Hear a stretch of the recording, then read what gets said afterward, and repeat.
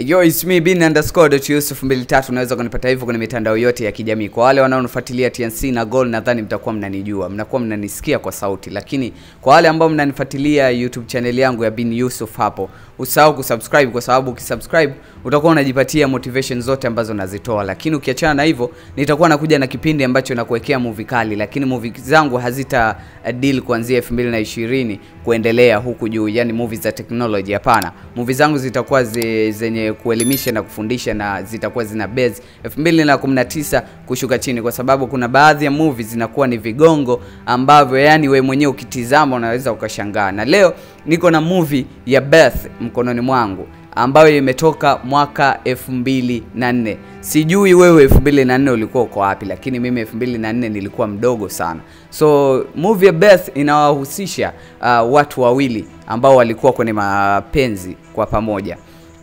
ambayo mtu huyo wa kike alikuwa anaitwa Anna, wa kiume alikuwa anaitwa Sean. Ambapo Sean, movie inaanza kabisa, anakuwa alifariki. Baada ya kufariki anaonyeshwa mtoto anazaliwa, ambapo mtoto yule pia anakuja kugewa jina ambalo anaitwa Sean. Licha ya kupewa jina la kuitwa Sean, mtoto yule baada ya miaka 10 ikaonyeshwa, after 10 years baadaye akaja kukua. Baada ya kuja kukua, yule mtoto alikuwa akiishi jengo moja pamoja na Anna. So alikuwa anampenda sana yule msichana. Katika ukitizama movie au ukitizama trailer hapo ambavyo ninakuonyesha, ni kwamba yule mtoto atakuja kumuona moja kati ya mpenzi wa Sean, kwa sababu Sean alikuwa na mpenzi na alikuwa na mke. Tunajulikana watoto wa kiume jinsi tulivyo, alikuwa na mpenzi na mke. So aliweza kwenda kwa kumfuatilia yule mwanadada. Alipomfuatilia akaweza kupata evidence. Alipopata evidence akaanza kutafuta vitu vingine ili kuweza kumjua Sean. Na Sean huyo bwana mdogo ni partner wake, ambaye Sean huyo aliyefariki, anayemtafuta maisha yake alikuwaje. Aliweza kufuatilia, na kitu ambacho niliweza kukiona kwamba bwana mdogo Sean ni very intelligent. Aliweza kuigiza kwamba kama vile ameingiwa na nafsi ya Sean aliyefariki, yani kwamba yeye ndo Sean amezaliwa tena, yani Sean reborn. Sasa alichokifanya, akawa anaigiza kwamba just like Sean, akawa anaenda nyumbani kwa Anna, anamwambia mimi nataka kuongea na Anna. Unataka kuongea na nini? Mimi ni Sean, mume wako. Kumbe in behind ile movie mwanzoni unaweza ukaitizama ukasema kwamba this guy is real, yani kama vile amezaliwa tena yule bwana mdogo. Lakini ukiangalia mwanzo wa mwisho usipoikatisha, unakuja kuona baadaye kwamba bwana mdogo alikuwa anafuatilia evidence, alikuwa anafanya evidence, yani alikuwa anafanya survey, anafuatilia, anatafuta vitu mbalimbali kuhusiana na Sean aloweza kufariki, kuweza kumjua maisha yake alikuwaje, alikuwa anafanya nini, na ndugu zake walikuwaje. Na kitu kilikuwa rahisi sana kwa upande wake. Kwa sababu gani? Walikuwa wakiishi katika jengo moja. Na movie at the end of the day inakuja kuonyesha kwamba yule mpenzi, kwa sababu kuna mke na mpenzi, yule mke wa Sean ambaye ni Anna aliweza kumwamini Sean na yule Sean mdogo, na akataka kumwambia kwamba waweze kutoroka kwenda zao nje, wakakae wenyewe huko. After 10 years yule Sean bwana mdogo atakuwa na miaka 21, yani kiufupi dogo alikuwa na miaka 11.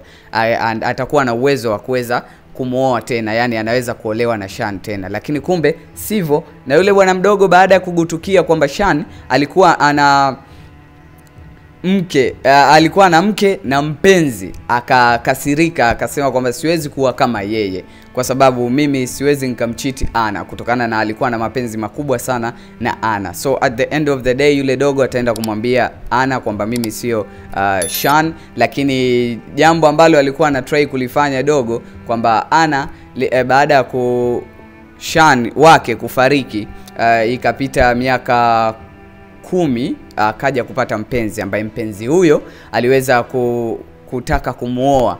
Sasa dogo alivyokuja akasema kwamba yeye ni Shan yule, ndo akaja kuharibu, akatibua mpango mzima. Ni moja kati ya best movie, moja kati ya movie ambazo mimi nimezitizama na ni nzuri sana. Nadhani ukienda kuitizama mwenyewe kuna kitu ambacho utakachokuja kujifunza. Japokuwa familia yake baadhi ya watu walikuwa wanakataa kwamba wewe huwezi kuwa Shan, yule bwana mdogo alikuwa anakataliwa. At the end of the day imekuja kujulikana kwamba yule bwana mdogo sio Shan, na Ana ameweza kujua, lakini imemuuma sana kutokana na alikuwa tayari ashaamini na akataka kufanya maamuzi, na bwana mdogo akaendelea na maisha yake, lakini aliweza kuandika barua ambayo ukiangalia movie mpaka mwisho aliweza kuisoma, ambayo barua hiyo inasema kwamba najua kwamba nimekuumiza, najua kama nimewaumiza familia kutokana na kujifanya kama mimi ni Shan, lakini ukweli ni kwamba nataka nikushukuru kwa kuweza kunifichia siri, maana marafiki zangu shuleni hawajui kitu chochote, wananiona kama Shan wa kawaida. So kama ulikuwa unahitaji kutizama movie kwa siku ya leo, nilikuwa nataka nikushauri kwamba ungeenda kuitizama hiyo movie. Inaitwa Bath. Na pale mbele kwenye picha yake utaiona hapo, nitakuwekea hapo, utaiona cover yake ya movie ambayo inaitwa Bath. Ulikuwa nami bin_Yusuf 23. Ukitaka kuendelea kupata movie ambazo kali ambazo nitakuwa naziongelea hapa, so cha msingi unatakiwa kusubscribe YouTube channel yetu ili kusudi kunipa nguvu mimi ya kuendelea kuwaletea movie kali zaidi. See you until the next time.